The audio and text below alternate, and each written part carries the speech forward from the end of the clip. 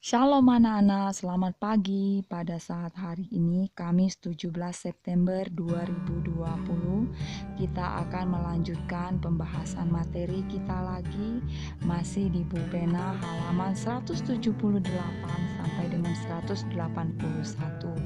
Nah, silakan anak-anak menyiapkan buku pena beserta alat tulisnya.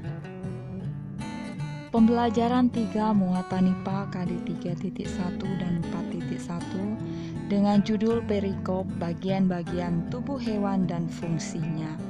Nah, di sini anak-anak bisa lihat gambar ikan. Kita akan belajar tentang bagian-bagian tubuhnya beserta fungsinya.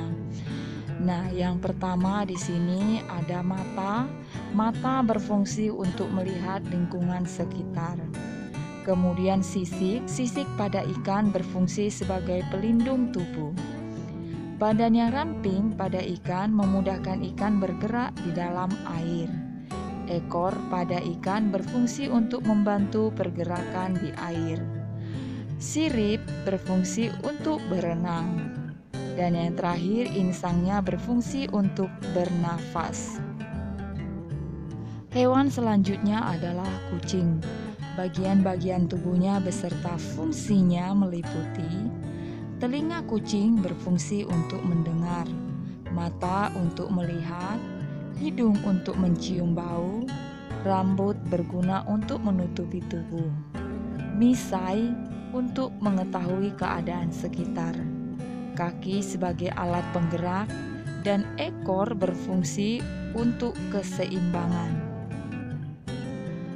Latihan soal-soal di buku pena halaman 178 untuk muatan IPA.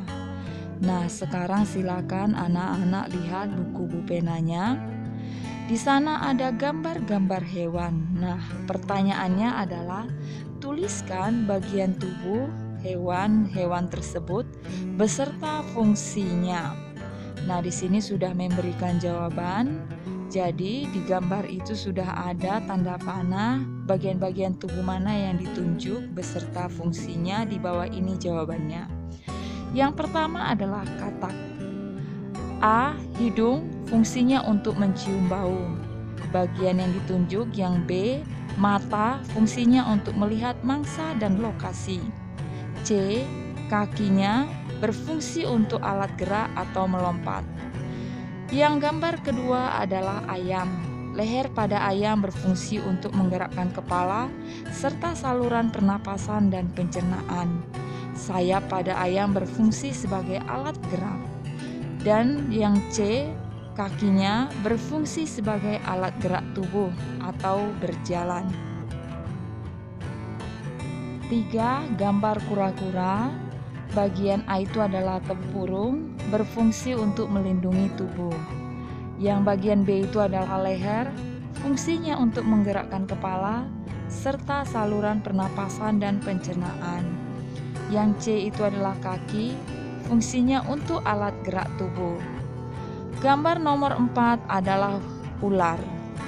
Yang A bagian perut, fungsinya untuk saluran pencernaan, pernapasan, dan alat gerak tubuh. Yang B itu gambar kepala, fungsinya untuk membantu ular melihat, mencium, makan, serta bernafas. Dan yang C itu adalah ekor, fungsinya untuk menjaga keseimbangan tubuh dan membantu ular melilitkan tubuhnya di dahan pohon. Muatan Bahasa Indonesia KD 3.3 dan 4.3. Daftar pertanyaan wawancara. Pertanyaan yang diajukan kepada narasumber harus sesuai dengan topik wawancara. Kata tanya yang dapat digunakan untuk membuat pertanyaan wawancara meliputi apa, berapa, di mana, kapan, mengapa, serta bagaimana. Saat wawancara sebaiknya jangan mengajukan lebih dari satu pertanyaan secara langsung. Mengajukan pertanyaan-pertanyaan tersebut harus dilakukan secara bergantian. Contoh mengajukan pertanyaan-pertanyaan secara bergantian. Yang pertama misalnya, mengapa penyu-penyu itu harus dilepas di laut? Kemudian yang kedua, lalu apa yang terjadi jika penyu-penyu itu tidak dilepas ke laut? Latihan halaman 179 untuk muatan bahasa Indonesia KD 3.3 dan 4.3. Buatlah pertanyaan-pertanyaan berdasarkan jawaban berikut. Nah, di buku pena kalian sudah ada jawabannya.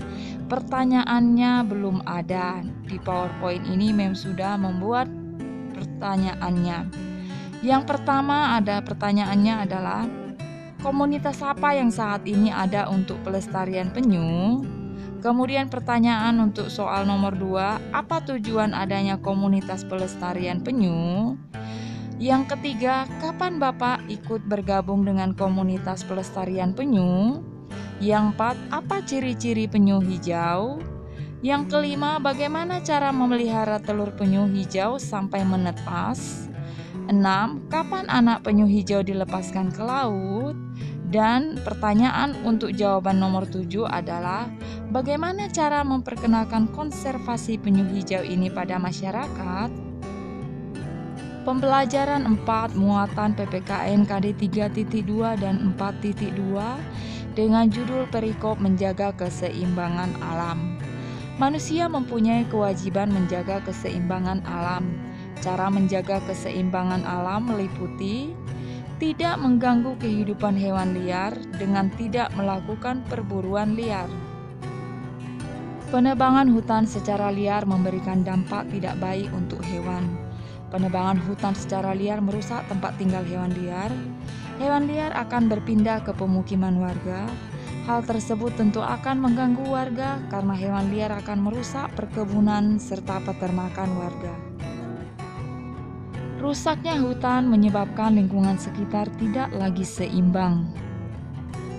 Muatan bahasa Indonesia KD 3.3 dan 4.3, pengelompokan pertanyaan wawancara.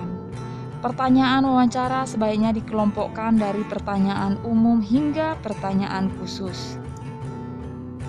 Pengelompokan pertanyaan wawancara bertujuan agar narasumber mudah diarahkan untuk memberikan penjelasan secara rinci. Hal lain yang perlu diperhatikan saat mengajukan pertanyaan wawancara adalah menggunakan bahasa yang santun. Kesantunan bahasa dapat ditunjukkan dengan cara tidak menyinggung lawan bicara kita. Sebagai pewawancara, sebaiknya bersikap tidak membela pihak manapun.